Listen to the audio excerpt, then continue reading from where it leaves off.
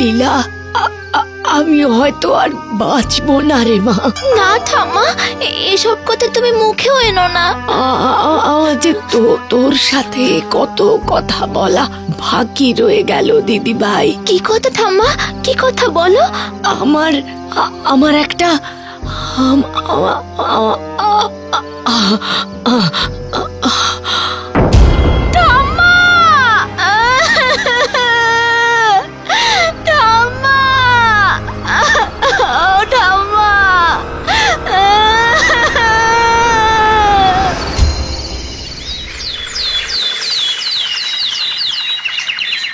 ওরে মা, আর কত কাঁদবি তুই? যা কপালে ছিল তাই তো হয়েছে। কপালের লিখন কি আর কেউ খণ্ডাতে পারে? জানো তো বাবা, ঠাম্মা শেষ সময় কি যেন একটা কথা বলতে চেয়েছিল আমাকে, কিন্তু বলার আগেই। আরে ঠাকুমা নেই তো কি হয়েছে রে পাগলি? ঠাকুমার স্মৃতিগুলো তো আমাদের সঙ্গে আছে এখনো। ঠাকুমার কত জিনিস আছে বলতে এই বাড়িতে। ঠাকুমা যে কথা বলতে গিয়ে বলতে পারেনি, আমি সে কথা জানবই। ঠাকুমার স্মৃতিই আমার ভরসা। ঠাম্মা, আমি কিছু ভুল করলে আমাকে ক্ষমা করো।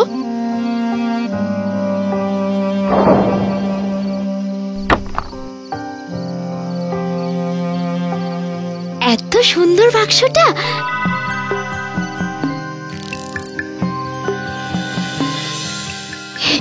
এটা আমি খুলবো না, কিন্তু এটাই হোক আমার ঠাম্মার স্মৃতি।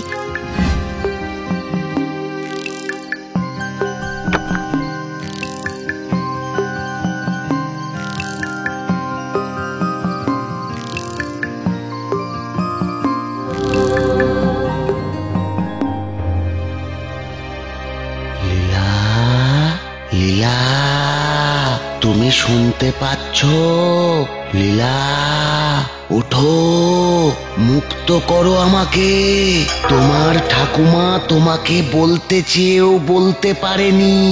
এসো, বাক্সটা খোলো, মুক্ত করো আমাকে। লীলা, খুলে দাও বাক্সটা, মুক্ত করো আমাকে। লীলা,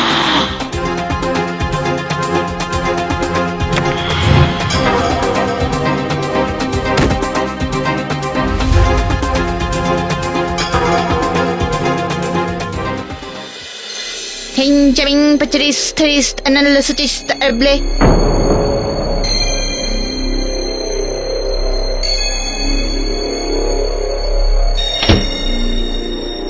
যাই, সকালের জল খাবারটা তৈরি করি গিয়ে।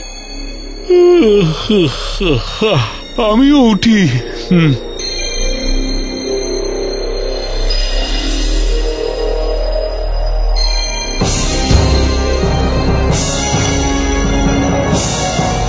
Julian acan nuayu asad katet nuayu shahat sugat kendong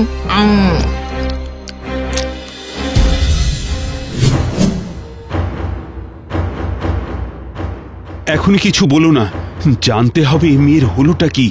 মনে হচ্ছে ঠাকুমার মৃত্যু শখ থেকে হয়েছে। মা, মা লীলা, বলছি শরীর খারাপ লাগছে? ফুতুরে আচামি পুঞ্চুতুলিত। চল চল মা, ঘরে শুবি চল।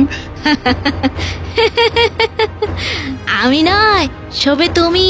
ইয়াং ওয়ালিং লিং চং চিং চ তোয়িং লিয়া ইয়ালিং পিং ইয়ালিং পিং চ চিং চ ইয়ালিং টিং টা। আমি ডাক্তারের কাছে যাচ্ছি। গ্রামের ডাক্তারে হবে না, সদর থেকে ডাক্তার চন্দ্র সুভাষকে নিয়ে আসবো। দেরি হবে, আজ রাতে না পারলেও কাল সকালে যে করে হোক চন্দ্র সুভাষকে নিয়ে আমি ফিরছি। হ্যাঁ,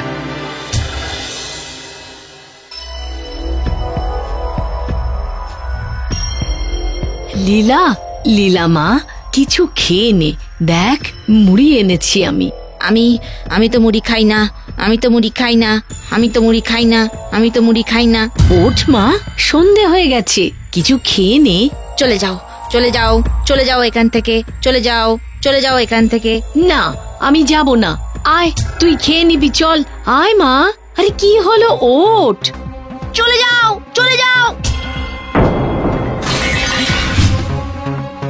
এবারে তুমি দিয়াং ভেরচুন, এবারে তুমি দিয়াং ভারচুন, তুমি ভারচুন।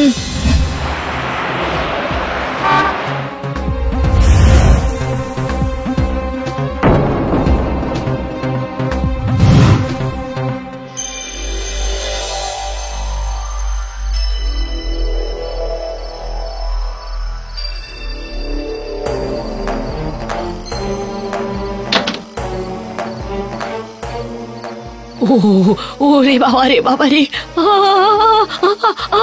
লীলা, লীলা। ভয় পাচ্ছিস? ভয়ের কিছু নেই, ঘুমিয়ে পড়, নিশ্চিন্তে ঘুমিয়ে পড়, ঘুমিয়ে পড়, ঘুমিয়ে পড়, ঘুমিয়ে পড়, নিশ্চিন্তে ঘুমিয়ে পড়, ঘুমিয়ে পড়, ঘুমিয়ে পড়।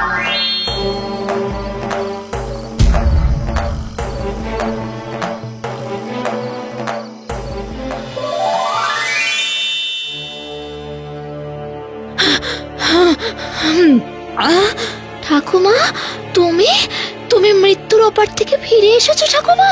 হ্যাঁ? আরে দূর পাগলি, মৃত্যু হলো মায়া, ফিরে আসতে হবে কেন? আমি তো তোর আশপাশেই আছি। মায়ার আড়ালে চলে যাওয়ার আগে তোকে একটা কথা বলা হয়নি। হ্যাঁ হ্যাঁ হ্যাঁ, তুমি কি যেন একটা কথা বলতে চাইছিলে। একটা গল্প শুনবি তো দিদি ভাই? বলো বলো বলো বলো। 4 পুরুষ আগের কথা। আমাদের বংশ ছিল জমিদারদের বংশ। অনেক অত্যাচার ও শাসনের ফলে গ্রামের লোক নাজেহাল হয়ে এক তান্ত্রিক ডেকে আমাদের পরিবারের ওপর এক মরা পিশাচের আত্মার অভিশাপ ডেকে আনে। তখন সারা বাড়িতে নাজেহাল অবস্থা।